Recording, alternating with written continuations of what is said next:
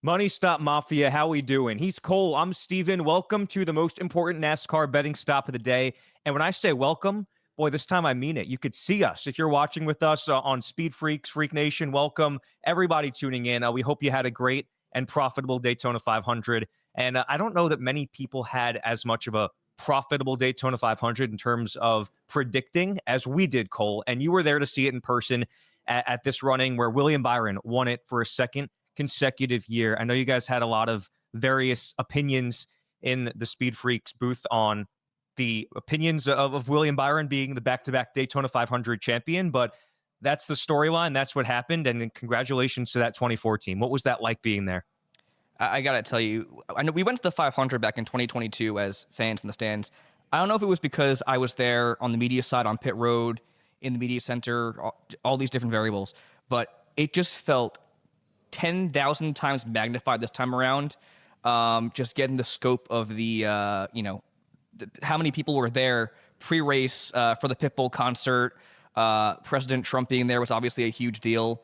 I can't even explain to you how incredible this whole pre-race was. I was like feet away from Anthony Mackie as well, given the command. But the racing itself was also, I thought, incredible. I know there was a lot of fuel saving involved in that, but it felt like they were just three wide, flag to flag, the entire time. And yeah, William Byron goes back to back at the Daytona 500, but had a great time. I think it looked like it was a good product at home. I'm just pretty bummed that there was a 3.5 hour delay because there was a lot of eyeballs tuned in there for the pre-race up into those 14 laps or 11 laps when the rains came. But nonetheless, they did really good viewership wise, and it was awesome time. Yeah, the broadcast peaked at over 7 million viewers, which was the most televised sporting event of the weekend, which, obviously was the week after the Super Bowl or whatever. So regardless, it was a great result in terms of what we saw with the racing. And I just love seeing the pageantry, the pomp and circumstance that comes with that, and the amount of excitement that comes with it too. Before we jump into the top 10, as we splash and go, this is where we kind of breeze over a lot of the storylines early on in this money stop. We mentioned obviously William Byron going back to back and the implications that come from that. But what about the Daytona 500 pole winner, Chase Briscoe, being docked 100 points and 10 playoff points, and James Small, his crew chief, being suspended for 4 races for an unapproved spoiler adjustment? I mean, we were talking last week about the high expectations that we had for that team and the whole industry probably had.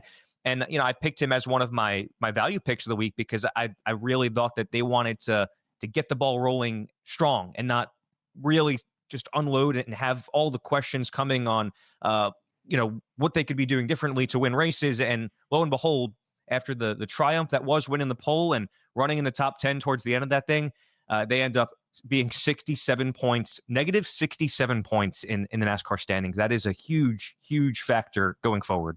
Yeah, I mean, they're in must-win territory now at this point. It's weird to say being this is the second race of the season, but I don't think it'll be an issue for that number 19 team. Joe Gibbs Racing Equipment. I think Chase Briscoe is still due for a breakout year with this 19 team. So it definitely sucks, to say the least. I think I mentioned it last week. Billy Joel once said, get it right the first time. That's the main thing. Got it right, getting that pole in the 500, but to leave there negative 67, it's a pretty decent gap heading into this next one. So see how it goes. Well, as far as this next one goes, right now we've got an awesome show on tap. We are going to give you, for the AmbetterHealth 400 at Atlanta, what is a better way to come away from super speedway racing than some more super speedway racing. So we've got a great show on tap. We're going to give you our favorites of the week, our favorite sleepers, our best value picks, prop bets. We're going to take it to the bank with our best predictions. So stay tuned for all of that. I don't want to spend too much more time on Daytona because, again, obviously it was a crapshoot. There were only like 2 or 3 cars that weren't affected by the on-track incidents. But having said that, out of 12 drivers that we discussed last week, Cole, we correctly predicted 5 of the top 10, which is just so impressive considering how much calamity there was on track. One of my favorites, the second guy I named in the episode, William Byron, was the winner. My gut call, Jimmy Johnson, with a 3rd place finish. Yeah. Unbelievable result. I think that was definitely the biggest surprise. But, if you listen to the money stop, you might have had some money riding on the 84 car. Your winner pick, Ryan Blaney, finished 7th. Austin Cindric, one of my sleepers, finished 8th. And Chris Buescher, one of your sleepers, finished 10th. Our winner picks both got caught up in 2 of probably the most, I guess, the craziest looking crashes of the night. Denny Hamlin finished 24th. He was my winner pick. Ryan Preece finished 32nd. He was your winner pick, and that raised a lot of one of your sleepers. That's right. One of your sleeper pick, or I think he might have actually been a value pick, as a matter of fact. But he ran, but he was my sleeper also, yeah. And he ran so well in this race. I mean, that was one thing that I was a little bit outside of Ryan Preece. I was a little bit off put by the speed that we didn't see out of the RFK cars. I was expecting more out of Brad Keselowski and Chris Buescher. I didn't really see them leading the draft, but we did correctly predict to see those Penske Fords running the field, whether it was Joey Logano, Austin Cindric, who led the most laps, Ryan Blaney. They were all in the mix when it was all said and done. And oh, by the way, we also correctly predicted, not that you can bet on this, that Ricky Stenhouse Jr. would cost the big one too. I mean, yeah, I literally texted you, I think it was 2 laps before he caused that wreck. Yep. Stenhouse is going to cost something here. And what do you know? 2 laps later, like clockwork. Every single year. If not for that Stu Nod Stenhouse, it would have been Cindric, it would have been Blaney, no doubt in my mind.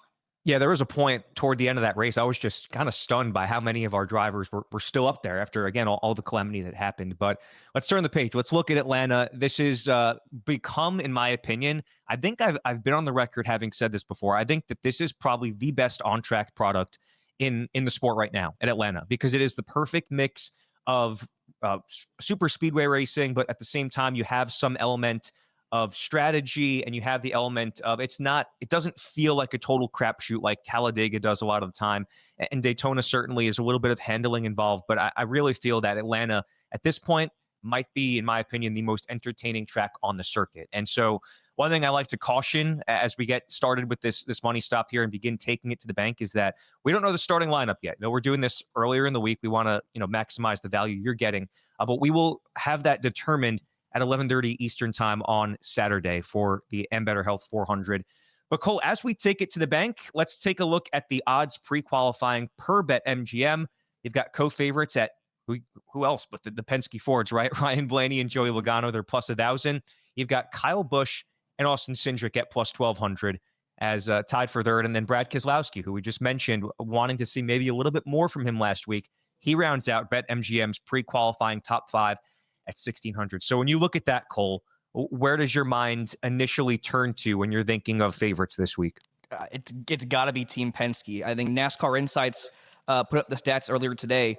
The top 3 drivers in the next-gen era to lead laps on drafting tracks were none other than the Penske Fords. But before that, I also wanted to preface this episode by saying you teed that up perfectly. So if you did not make out any profit from the 500, you have a chance to get that back and then some here with Atlanta. And if you did make some money off it with the 500, you could parlay your profit into some more with this one.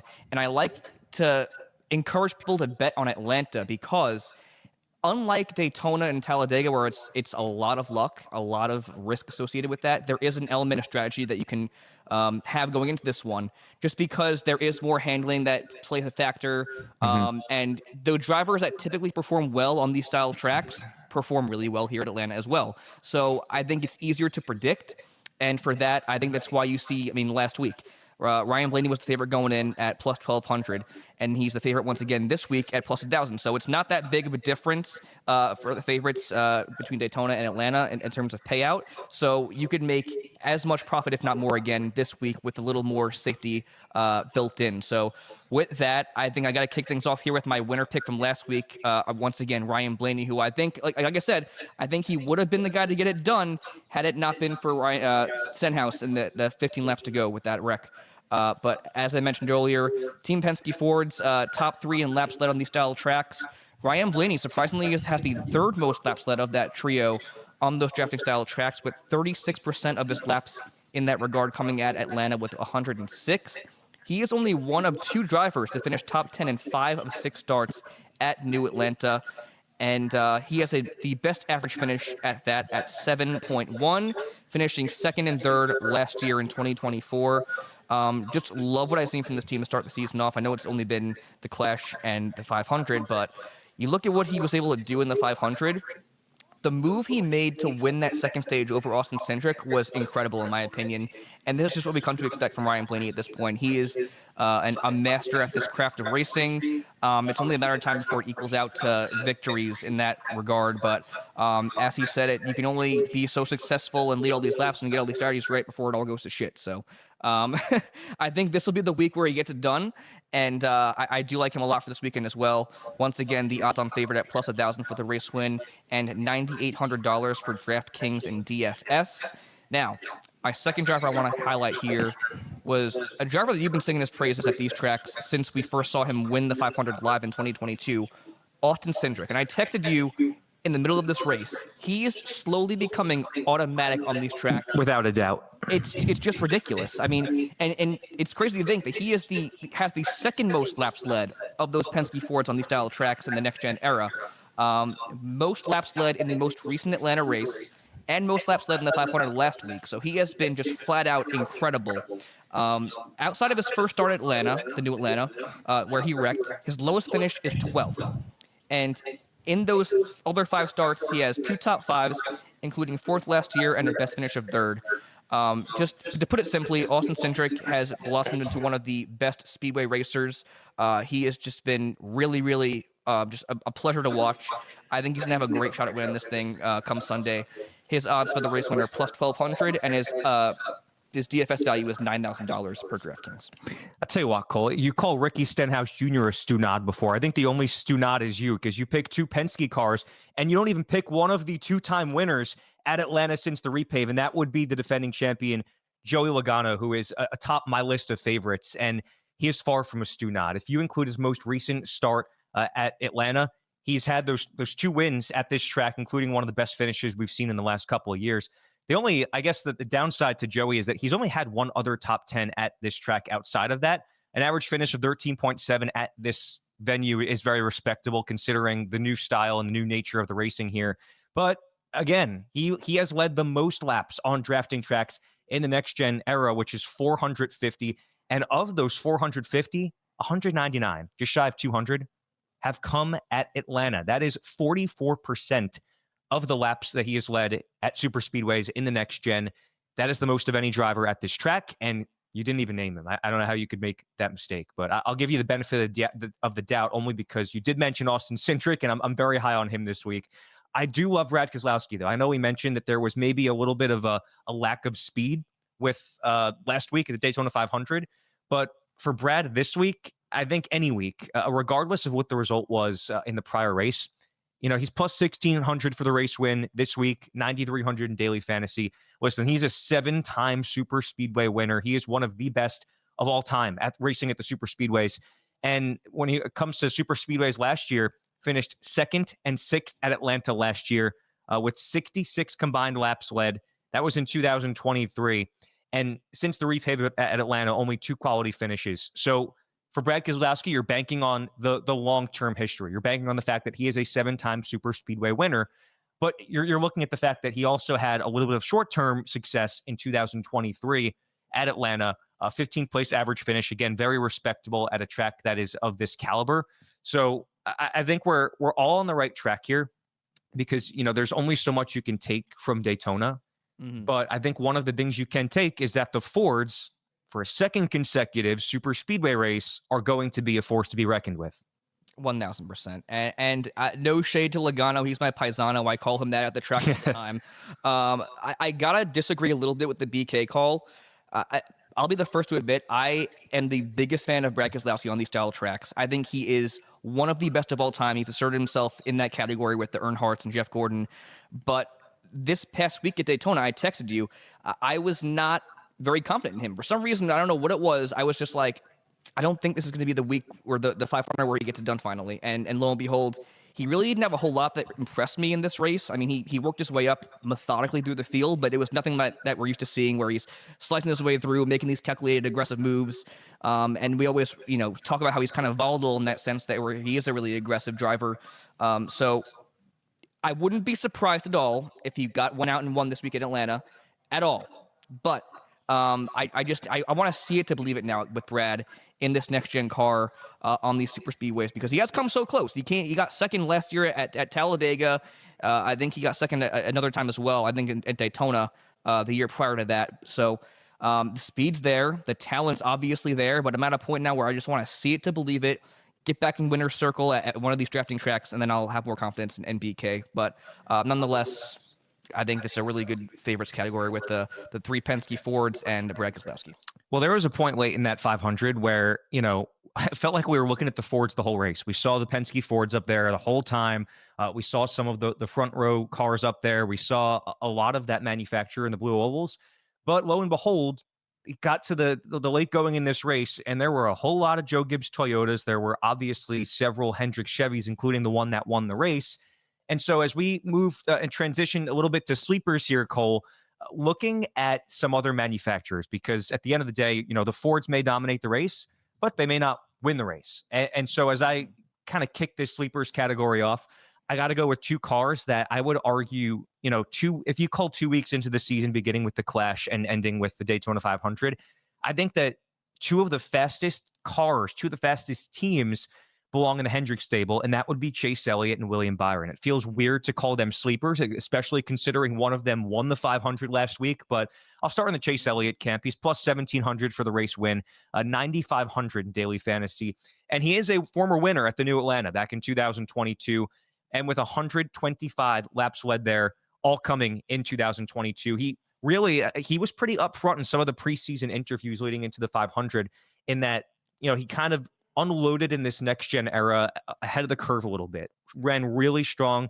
2020, 21, 22. And then the competition beginning in that year kind of caught up. He didn't necessarily chalk up the downgrade in results to that injury that he suffered in 2022. But lo and behold, one of the tracks that he did dominate and win at that season was Atlanta. He has a lowest finish also of 15th at this track in the repave among 5 starts, which is model consistency. It's exactly what you're looking for out of a high floor, high ceiling driver bet this week. 3 top 10s out of 5 starts, an average finish of 8.6. Love me some Chase Elliott this week. And why not continuing to sing the praises of Mr. Vanilla himself, William Byron. You guys had a field day. I watched the whole stream post race talking about the varying opinions on William Byron. He's got that vanilla to him. Like, I really think that was a word that a lot of people used to describe Jimmy Johnson. But the difference that made Jimmy more of an antagonist in the sport was that he was dominating, winning races every week. So he almost could pull off having that vanilla personality, like we've started to kind of see William Byron get a reputation for, why he wasn't trending on Twitter, why he wasn't crushing beers over his head. I think that, every driver is unique to their personality. I think Jimmy had a way of being the sport's sort of supervillain because of how often he won, and for obviously winning 5 consecutive championships. William Byron doesn't have that notoriety to necessarily pull off that kind of, persona, but that's just him. You can't ask him to be anything other than himself.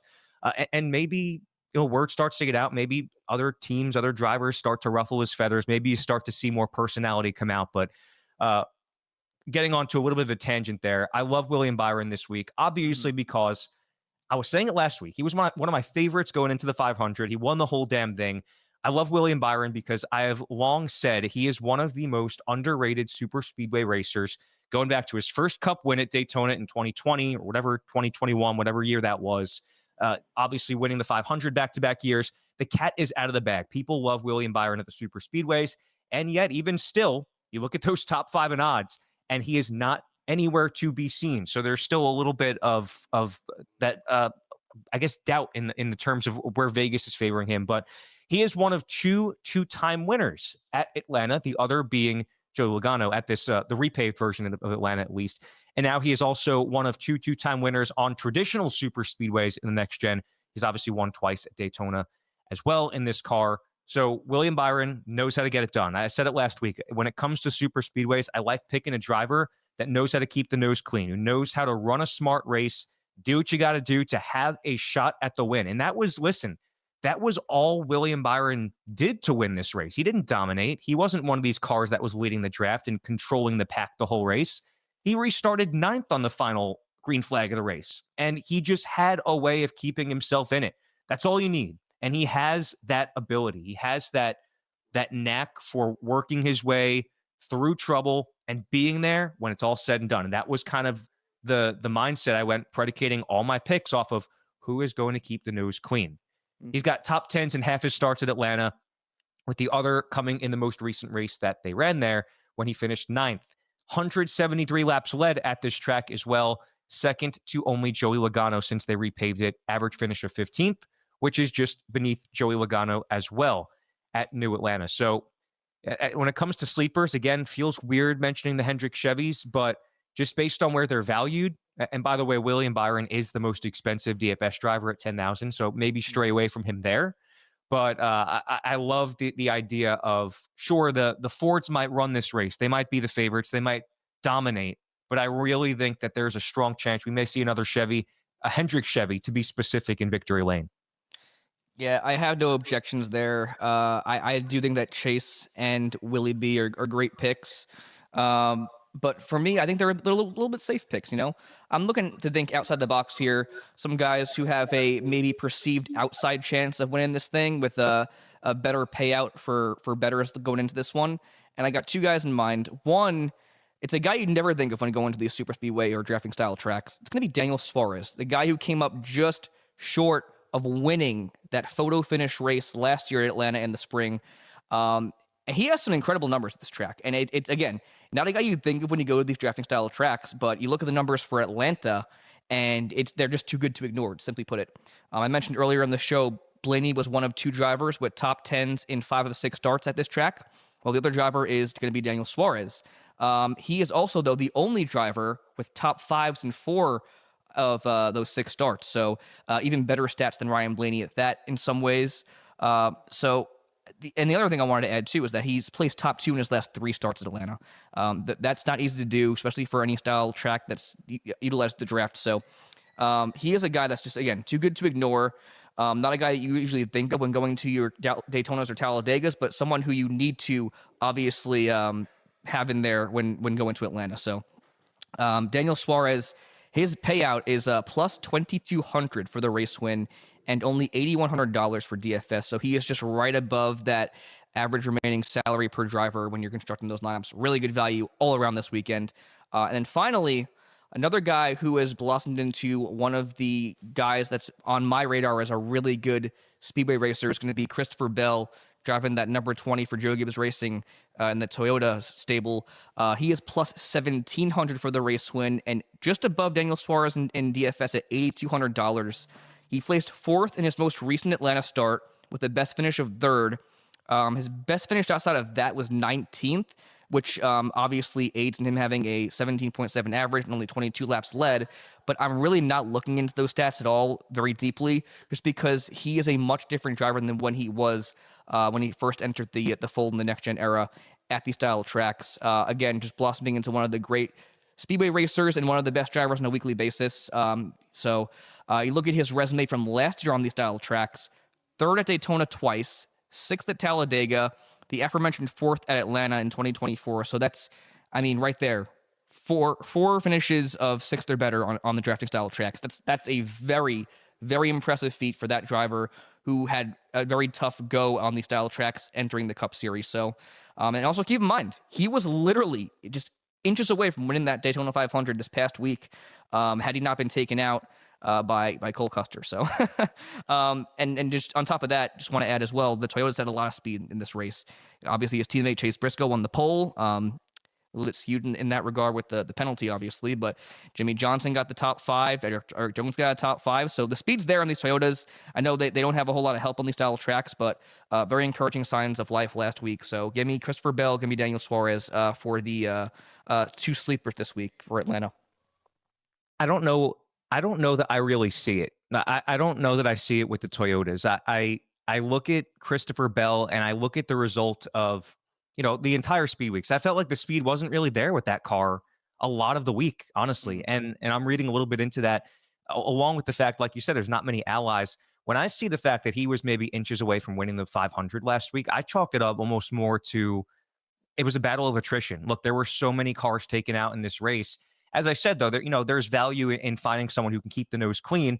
That hasn't always been Christopher Bell, but I again, with Daniel Suarez, even obviously a little bit of a different story. Obviously, he's been consistent at Atlanta. I don't, when I see a driver that's placed top 10 in 5 out of 6 starts in Atlanta, and this is a little bit more of the, I guess, superstition in me, a little bit more of a gut call. I just feel like he's due. I just feel like there's way too much luck involved in these style tracks, regardless of how good you are on them. I just feel when I see that someone has had such consistent results in 5 out of 6 races at this track, they are due for a bad result. And that's, again, law of luck, law of averages. I don't see it with either of those drivers. But looking at some similar options to those, you mentioned the Legacy Motor Club cars. There was good, solid speed in someone like Jimmy Johnson last week. Well, there was also a point in that race where John Hunter Nemechek was running up front with 2-3 laps to go. Eric Jones had really good speed as well. And again, just got caught up in one of those incidents. It was a battle of attrition that led to William Byron finishing first. That led to Jimmy Johnson finishing third. That led to Tyler Reddick finishing second. I chalk it up a little bit more to the luck side last week. But talking about Eric Jones, because he is, as we look at value picks this week, Cole, Eric Jones, one of the best values in the field. He's plus 4,000 for the race win. And listen, this is a super speedway. It is not out of the question that somebody like Eric Jones, who's won at a super speedway before, can do it again this week. And he's valued at 6,800 in daily fantasy, which is rock solid value. He had the top 5 at Daytona. He's had strong speed. Again, I think that this is the strongest signs of speed we've seen from Legacy Motor Club. And maybe that comes from an extra car, an extra year under their belt, an extra year of comfortability for the resources at hand, and getting different minds on the pit box. But he has always been his whole career someone that is an established, strong super speedway racer. He's got a pair of top 10s at Atlanta with a best finish of 4th. So I think when you're looking at Toyotas, Eric Jones is one that, as far as value picks go, you could even argue he's a sleeper, but I just love the value. And when you're talking about Trackhouse cars, I'm not a Daniel Suarez fan like you are, but I am a Ross Chastain fan. I had the gut feeling last week that obviously did not go our way. He finished 40th in the 500. It was one of the only bad picks we made, as a matter of fact. But I still feel there's something here. I still feel that Lady Luck is going to be on his side. He's plus 2,500 for the race win, 7,600 in daily fantasy. He has got 2 second-place finishes at Atlanta with 100 laps led and 3 top 10s. He has finished 13th or better in all but 1 start, an average finish of 12th at Atlanta since this repave. So you get the best of both worlds. You get a ceiling with a couple of second-place finishes, and you get a floor with, again, looking at some of those strong results, like you were kind of talking about with Daniel Suarez. I see the same qualities in Ross Chastain, except maybe that I trust the driver a little bit more, and I'm trusting my own intuition maybe a little bit more too. But I'm just looking at those 2 cars, those 2 teams. They had speed last week, and I think that you're going to see a lot of the same this week at Atlanta. Yeah, I mean, I don't disagree with you. I'll be honest, I don't feel super confident in Daniel Suarez. I just could not leave him off this show because those numbers are ridiculous. I'm kind of on your side in thinking, like, it has to level out at some point. Granted, 4 top 5s, 5 top 10s out of 6 starts is really impressive, and 3 straight top 2 finishes of that as well. But he looked great last week at Daytona. I know it was kind of in contention towards the end with all the cars that were taken out, but I don't feel great about either Trackhouse car. I'll put it that way. Even though Ross has been very consistent at Atlanta since the repave. 2 guys I'm looking at. The first one I'm going to mention here, in a very similar vein to Christopher Bell, someone who we have not typically thought about when going to these drafting style tracks, is another Hendrick car in Alex Bowman. Alex Bowman has he made an emphasis on improving his speedway program couple off seasons ago, and we really saw the fruits of his labor this past year, because you look at his stats from 2024, 3 top 5s in drafting style tracks. He finished 6th last week in the Daytona 500, and by the way, walking up and down pit road after the race, he was fuming with rage after finishing 6th. And it was kind of puzzling to me. Obviously, you finished runner-up last year, and that's a bummer. But to get a top 10 after a really just chaotic finish and to be that angry, I was kind of surprised. So I think he's a little bit of a chip in his shoulders, just to go along with his lack of success on these style tracks in the past. He only has 2 top 10s with a 19th place average at New Atlanta. He did finish a career best 5th, though, at this track last year in the most recent start. So Alex Bowman, a guy, again, trending in the right direction like Christopher Bell on these drafting style tracks. He is plus 2,500 for the race win and $8,000 for daily fantasy. So two good values there, especially for a value pick, someone in that equipment and that caliber of a driver. And then finally, got to give an honorable mention, shout out to our boy Corey LaJoie, Mr. Stacking Pennies himself, plus 5,000 for the race win and $6,200 for DFS, our cheapest driver in that regard for this value pick section. He had an incredible showing in Daytona. He made it into the race via the duel, raced his way in. He inserts himself into the conversation in every drafting chat that we go to, but especially at Atlanta. Two top fives at this track since the repave. Infamously almost got his first win here back in 2022 before Chase Elliott kind of bonsai moved him out of the way for his own victory.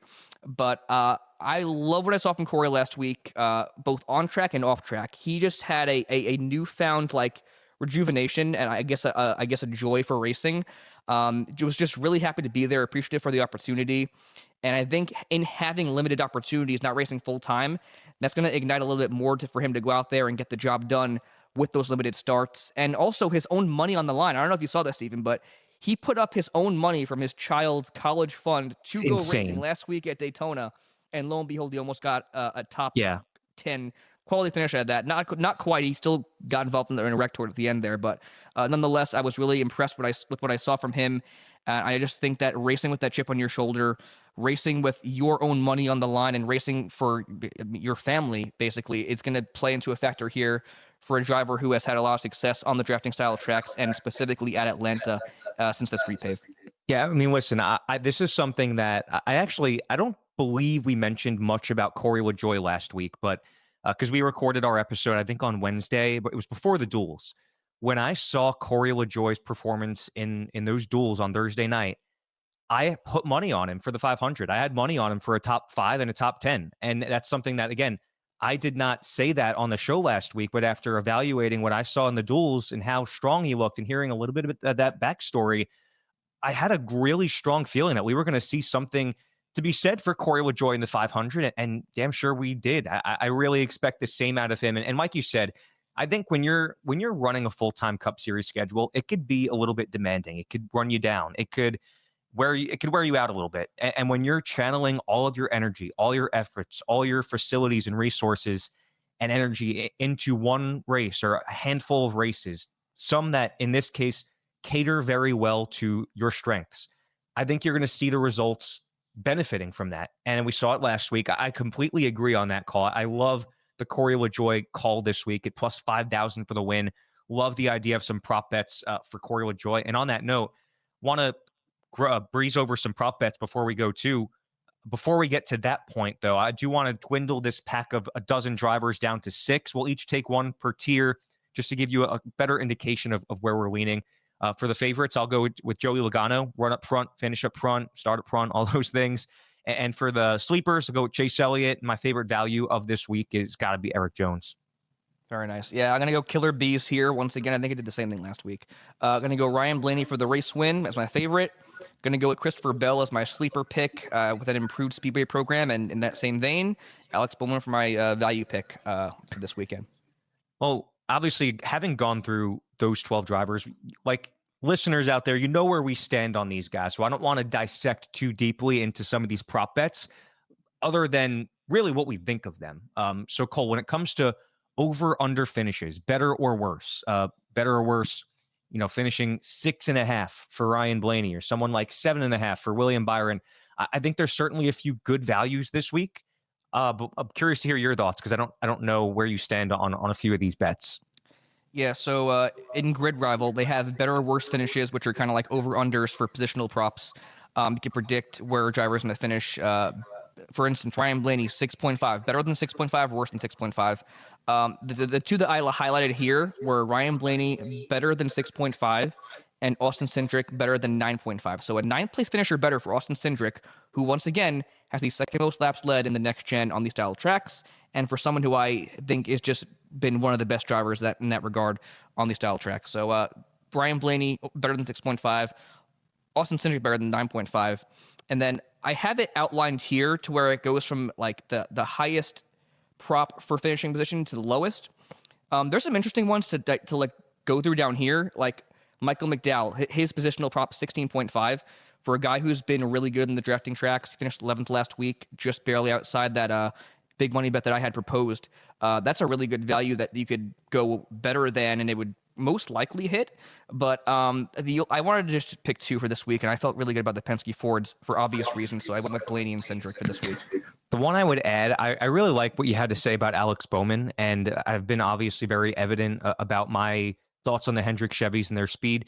12.5, better or worse. I definitely think he finishes better than that. Got all the allies in the world, no pun intended, with his teammates, and I really think that there's going to be a lot of motivation behind that driver, that team, and this is the time of year where they shine. So I like Alex Bowman at over 12.5. That seems very, very doable, even if there's something last minute towards the end of this race that he gets caught up in. It's very doable. It gives you a little bit of margin for error. But let's look at some head-to-head driver matchups as well, Cole, because there's always value to be made here. We stayed away from these last week at Daytona, and rightfully so. Just not where the value is at these super speedways. I'm staying away from pretty much all these again this week. I understand there's a little bit more of a control when you go to somewhere like Atlanta, where the handling is a little bit more evident, but I'm still staying off of these. I don't know about you. I mean, yeah, the money to be made is going to be in the race winner props and the finisher props, like top 5s, top 10s, whatnot. Just to give you some to think about, there are 3 that I highlighted as really good matchups that should hit. I mean, there's Larson versus Keselowski. Kyle Larson's been downright abysmal at New Atlanta. He's not the most established speedway racer in general. That's the only discipline of racetrack he has not won at in the Cup Series. A little fun fact there. It's him versus Keselowski. We know Keselowski's resume. That should be a no-brainer. Priest versus Eric Jones. Ryan Priest, he had a fast showing at Daytona, but given his resume at Atlanta and in general on these style of tracks, and compared against Eric Jones, who is a winner at Daytona and finished top 5 last week, that you feel good about Eric Jones finishing ahead of him. And then finally, there was Daniel Suarez with a 1.5 positional buffer against Bubba Wallace. Bubba Wallace, a guy that we always think about going to these drafting tracks, but Atlanta is a place he struggled at since the repave. He actually has a 18.8 average finish with only 1 top 10 and 6 starts, which is kind of surprising. But and we know Suarez's stats obviously with the 3 straight top 2 finishes, the 5 top 10s, and the 4 top 5s. So that's another one where I picked Suarez over Wallace. But if you don't feel great about the law of averages kind of equaling out, then maybe stray away from that one. But again, that's just to give you 3 to think between. But I would really just advocate for the race winner picks and the positional props. Yeah, I mean, like, it's not that I dislike what you just said, but it's just not where the money is. Anytime you go to these tracks, there's just such better bets to make. Like, you could make a top 10 bet and come out, just as good along those lines. But, for me, anytime we're at these tracks, it's winner picks, it's top 5s, top 10s. I feel like that's sound advice. And if you missed a lot of that, go back to last week's episode, because a lot of the same applies to this week too. Got some unfinished business though, Cole, on the money stop. We gotta tie things up here. We gotta put our money where our mouth is and make our race winner and sleeper picks. Mind you, I mentioned this at the top of the episode. My sleeper pick, Jimmy Johnson, finished 3rd. Man, if you put money on Jimmy Johnson to finish 3rd last week, you got a lot of money to play with this week. So I think he was plus 600 for a top 10. So that's insane. And I don't remember exactly what his props were for a top 3 to win. At the time we recorded last week, he was plus 10,000. I mean, that is, man, like, there's 2 cars that finished in front of him. It's crazy to think about the prospect of that. But listen, I've been very upfront about it a lot of this episode. I'm going to pick the winner. I'll go first. I really think Chase Elliott's got this race won. I like his success at Atlanta. I know he was one of our sleeper picks. I just love what I've seen from that driver and that team and that stable early this year. Again, I know that part of it, yes, was in an exhibition race at a quarter-mile oval at Bowman Gray Stadium, but I loved what I saw from them this week too, when they were not mired in the back of the pack. I just love the poise I've seen. I love the things I've heard him say. I love the speed I'm seeing from the 9 team, and I think they're going to win the race this week. I mean, I don't disagree that the hometown boy is going to have a good shot at winning this thing, but you left the door wide open for me to pick any of the 3 Penske Fords. Yep. That's just, I think, stupid on your part, honestly. Don't let it hit you on the way out. Yeah, I know. So for me, I mean, have so many options now. I really don't know.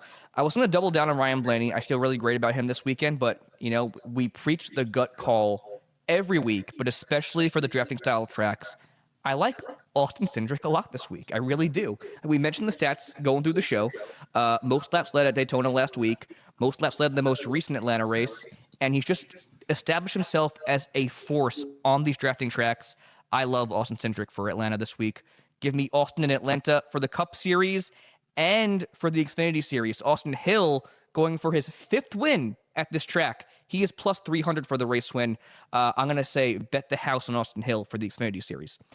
Anyway, now for our sleepers, our barometer here is for 15th or lower in the odds per DraftKings. That begins with Alex Bowman and below. And I'll stick it right there with Alex Bowman. Alex Bowman's going to be my sleeper for this week. So give me the number 2 and the number 48 for my winner and sleeper pick for Atlanta. I will make this pretty simple. I picked a Legacy Motor Club Toyota last week, and it paid off handsomely for my sleeper pick. I'm going to do the same this week, and I will take Eric Jones as my sleeper for the win. Just love the speed I've seen. I'm going off of very little what we've seen this year, but that's kind of where I stand with my sleeper pick. I'll take the 43. I'll take the 9 for the win. I love it, Cole. As we look to kind of put a bow on things here, any final words on what we're going to see at Atlanta, what you're expecting to see, what you're looking for maybe? Is there anything you want to part with? I mean, I'm hoping we see another photo finish. That'd be incredible. No, the racing here has been tops in the series. I think between here and Kansas with this next-gen car, it's been the 2 of the best tracks on the circuit. There's just so much intensity, and they're racing in such close quarters here at Atlanta. It's a 1.5-mile track, but it races like a super speedway. I look for the Penske Fords to once again be the class of the field. Whether they remain to be the contenders for the win come down to it remains to be seen, but I'm looking forward to another great race, a great week of great racing, and should be a fun one. Yeah, this is, I said it from the top, this is probably my favorite track right now, the AmbetterHealth 400, 3:05 Eastern time on Fox. I'm looking for a fun, entertaining race, entertaining finish. Maybe this time an entertaining driver will win the race as well. I'm excited. I'm pumped up for this one. This is a time of year where you get new fans, you get new eyes on the sport. Hopefully people that watch the 500 will get sucked in to watch Atlanta, and then they will not be able to stop watching. The types of things you love to see. And Atlanta in this repave, it just hasn't disappointed. I think for any track that is repaving in the future, this is the standard, and it's going to stay that way. And that's what I'm looking for. I'm looking for another product that is going to further cement that sentiment that this is the standard. It's the peak of what racing should look like in the Cup Series going forward. So, that about does it. I'm hoping that we can make people some money this week. There were bets were all over the place last week. There were some really good calls. There were also some pretty bad calls, but that is the nature of super speedway racing, and that is the nature of the money stop. We got to stick with our gut. We got to put our money where our mouth is, take it to the bank, and hopefully it pays off handsomely here for us or at Atlanta. So thank you all so much for tuning in as we're back on a visual version of the money stop. Thanks to our friends everywhere at SpeedFreaks, Kicking the Tires, all of our bylines. We're so excited to have a great big audience and platform to share all of this analysis with you all. So for Cole, it's Stu Not over there. I'm Steven. We'll see you guys next week.